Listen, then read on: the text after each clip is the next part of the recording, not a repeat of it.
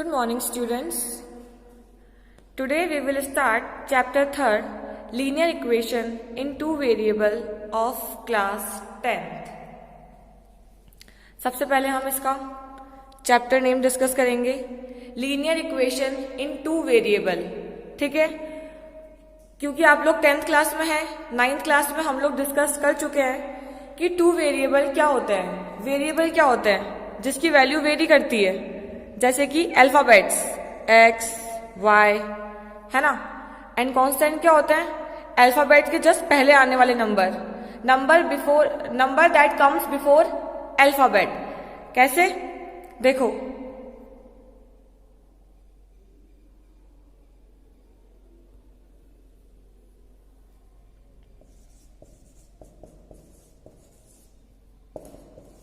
ये हो गया 3x + 2y = 0, जहां पे एक वेरिएबल तो हो गया x, वेरिएबल 1, एंड y क्या हो गया, वेरिएबल 2. ठीक है, दो वेरिएबल है जिसकी वैल्यू हम पुट कर सकते हैं और आंसर निकाल सकते हैं. और जो मेरा 3 है इसकी वैल्यू फिक्स होगी. ये क्या हो गया, कांस्टेंट. यहां पे 2 क्या हो गया,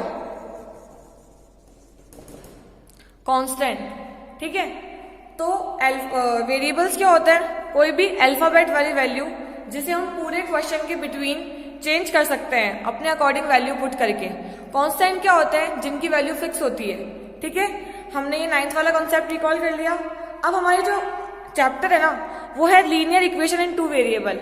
ध्यान रखना, लीनियर का मतलब ही होता है कि आपको पावर सिंगल मिलेगी. किसकी, दोनों वेरिएबल की पावर सिंगल मिलेगी, 1 आपको पावर कभी स्क्वायर में नहीं मिलेगी, क्योंकि हमने सेकंड चैप्टर पढ़ा है क्वाड्रेटिक इक्वेशन. ये स्क्वायर होते ही, ये पावर स्क्वायर होते ही किसमें कन्वर्ट हो जाती है इक्वेशन, क्वाड्रेटिक इक्वेशन में. ठीक है, तो इसमें हम लोग इस चैप्टर के अंदर हम लोग किससे डील करेंगे, ओनली लीनियर इक्वेशन से, जिसकी वैल्यू क्या होती है, 1. पावर की मतलब जो कितने डिग्री की होती है वैल्यूज, 1 डिग्री की होती है, खाली उनसे डील करेंगे. ठीक है, तो पहले हम पढ़ेंगे, हमारी पहले हेडिंग है pair of linear equation in two variable. हम लोग पहले इसके पेयर्स पढ़ेंगे. देखो एक बार हम डिस्कस करेंगे pair of linear equation in two variable. Pair कैसे होता है, देखो हमने 9th क्लास के अंदर ग्राफ की प्लॉटिंग सीखी थी कि अगर आपको एक इक्वेशन दे रखी हो तो हम इसके उसके सॉल्यूशन फाइंड करके, मतलब उस इक्वेशन में वैल्यू पुट करके उसके 2-3 सॉल्यूशन फाइंड करके ग्राफ कैसे प्लॉट करेंगे. ठीक है, ये हमने वहां सीखा था. अब 10th में हमारे पास क्या मिलेगा, हमारे पास है लीनियर इक्वेशन का पेयर, मतलब 2 इक्वेशन मिलेगी हमको साइमल्टेनियसली एक ही बार में, और आपको उसके सॉल्यूशन फाइंड करके क्या प्लॉट करना है, ग्राफ प्लॉट करना है. ठीक है, और फिर बताना है कि ग्राफ कैसा है.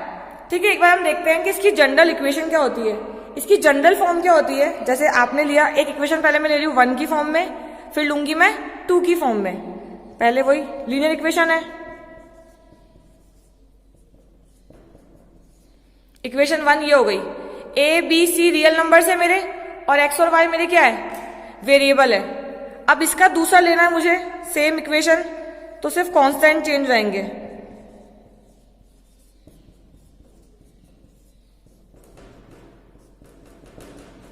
इक्वेशन 1, इक्वेशन 2, ये समझ में आया आप लोगों को. ये इसकी जनरल फॉर्म होती है इक्वेशन की. आपको 2 इक्वेशन साथ में मिलेगी इस चैप्टर में हमेशा ही. ठीक है, आपको दोनों के सॉल्यूशंस निकालने हैं और दोनों को प्लॉट करना है, और फिर बताना है कि ग्राफ कैसा है. देखो मैं आपको बता दूं एक बार कि या तो ग्राफ ऐसा बनेगा क्रॉस में, जैसे मतलब 2 लाइन बनेगी, वो आप एक दूसरे को क्या कर दी होगी, इंटरसेक्ट कर दी होगी एट 1 पॉइंट. ठीक है, या फिर ग्राफ बनेगा बिल्कुल पैरेलल, क्योंकि you know all parallel lines कभी मिलती नहीं है, तो ये पैरेलल चलेगा. या फिर हमें लाइन मिलेगी, वो मिलेगी कोइंसाइड मतलब ये एक लाइन और उसी पे एक लाइन, मतलब दोनों लाइन के पॉइंट्स सेम होंगे. ठीक है, इसको बोलते हैं इंटरसेक्टिंग. क्या बोलते हैं, इंटरसेक्टिंग लाइंस, पैरेलल लाइंस और कोइंसाइड. ठीक है, ये 3 तरह के ग्राफ आपको मिलेंगे इसके अंदर इन दोनों इक्वेशन की हेल्प से. जो भी 2 इक्वेशन आपको मिलेगी उसकी मदद से, उसकी हेल्प से आप 2 या 4 पॉइंट्स फाइंड आउट करेंगे, उसको प्लॉट करेंगे, फिर आप ग्राफ का टाइप देखेंगे कि ग्राफ किस टाइप का है, इंटरसेक्टिंग है, पैरेलल है या कोइंसाइड है। ठीक है, अब हम लोग 3.1 के क्वेश्चन देखते हैं। 3 ही क्वेश्चन है तो हम लोग यहाँ डिस्कस कर लेंगे।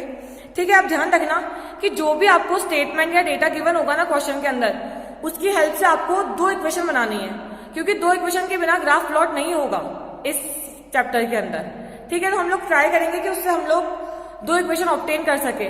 और आपको ध्यान रखना, आप लोग सिंगल वेरिएबल में मत अज्यूम कर लेना इक्वेशन को। आपको 2 अलग अलग अननोन क्वांटिटी गिवन होगी, जिसको हम एक को मानेंगे x, ये हमारी अननोन क्वांटिटी है, और ये हमारी y। तो हमें इक्वेशन फॉर्म करनी है x और y के फॉर्म में ही। तो ये वाली बात आप लोग ध्यान रखिएगा। अभी हम 3.1 का क्वेश्चन नंबर 1 देख रहे हैं, फिर 3.2 के अंदर हम लोग ये ग्राफ डिस्कस कर लेंगे।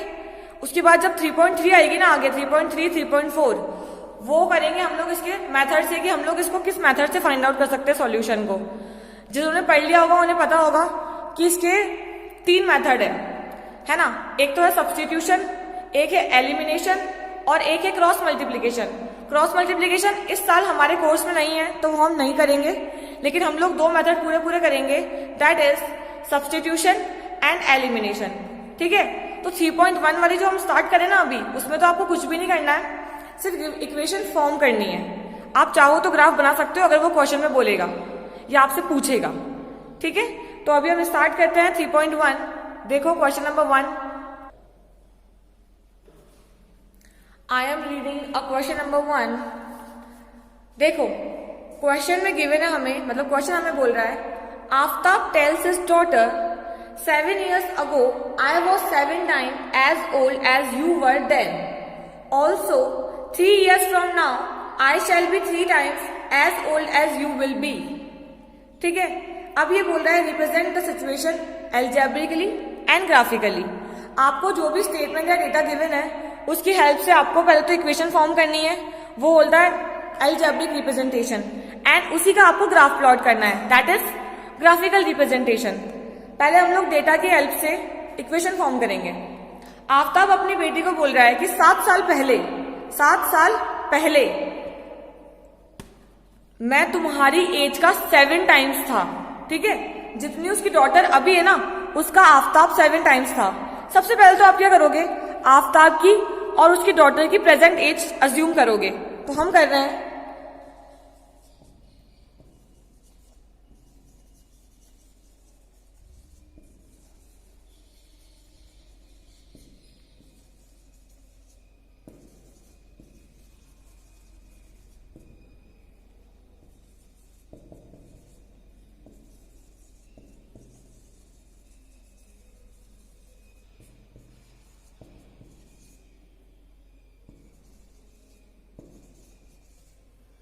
मैंने आफ्ताब की एज को अज्यूम करा, प्रेजेंट एज को, अभी जो एज चल रही है। ठीक है, मैंने आफ्ताब की एज को अज्यूम करा x ईयर्स, और हिज डॉटर एज भी y ईयर्स। ठीक है, अब मुझे क्वेश्चन के अकॉर्डिंग चलना है। क्वेश्चन बोल रहा है 7 साल पहले। आप अपना देख के सोचो, अभी हम जितने बड़े हैं ना, 7 साल पहले हम 7 साल छोटे थे, क्योंकि हम पहले की बात कर रहे हैं। ठीक है, और आज से हमारी प्रेजेंट एज से 7 साल बाद हम लोग 7 साल बड़े होंगे। ठीक है, तो अब मैं क्या करूंगी, जो अभी चल रही है ना मेरी एज, मैंने x और y मानी है। 7 साल पहले अगर बात करूंगी तो 7 साल पहले 7 साल माइनस करूंगी उसमें से।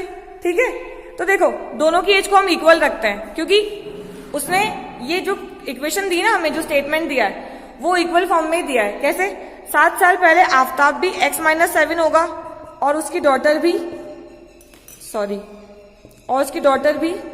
y-7 होगी, क्योंकि हमने जो अज्यूम करी वो प्रेजेंट एज है, और दोनों आफ्ताब और डॉटर 7 years अगो 7 साल छोटे थे।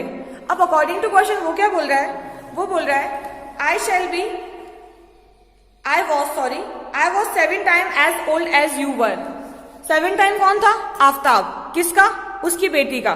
तो आप 7 यहां मत लगा देना, क्योंकि ये 7 गुना बड़ा इसकी बेटी नहीं है, आफ्ताब खुद है। तो हम 7 का लगाएंगे यहां, क्योंकि आफ्ताब उसकी डॉटर का 7 टाइम था। एक इक्वेशन मिल गई। ठीक है, अब आप लिखोगे यहाँ पे 7 years अगो वाली बनाई आपने ये।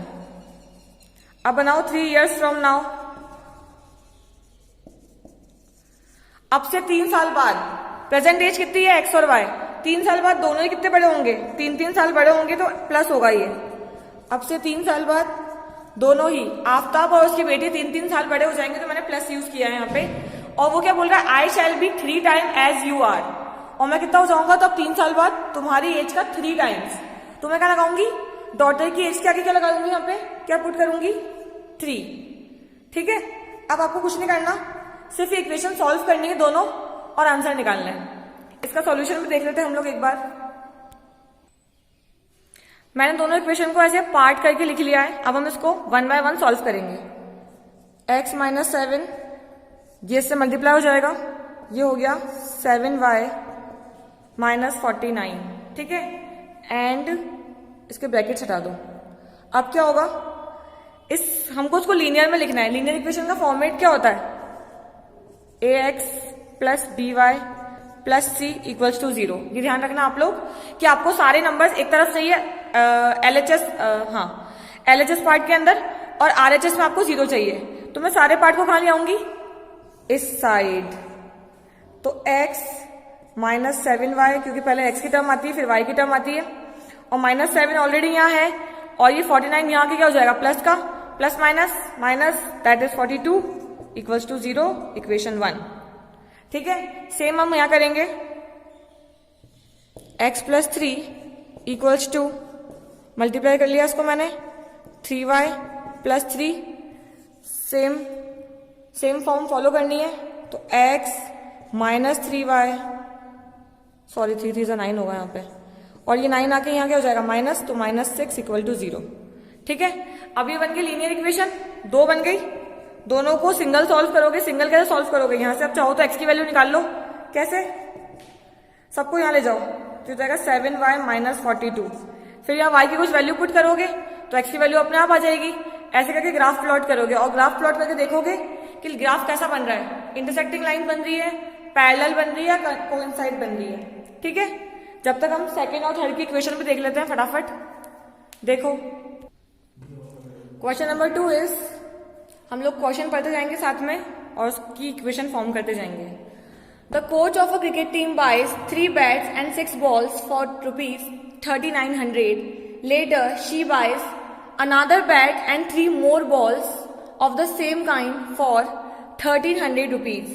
आपको सेम काम करना है, represent the situation algebraically and geometrically.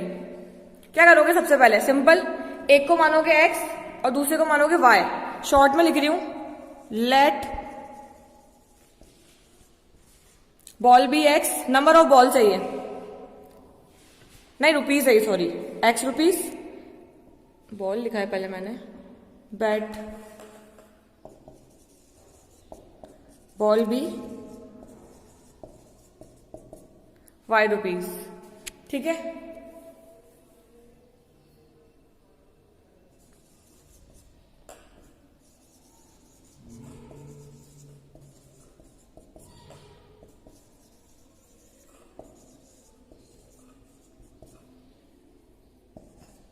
ये हो गया।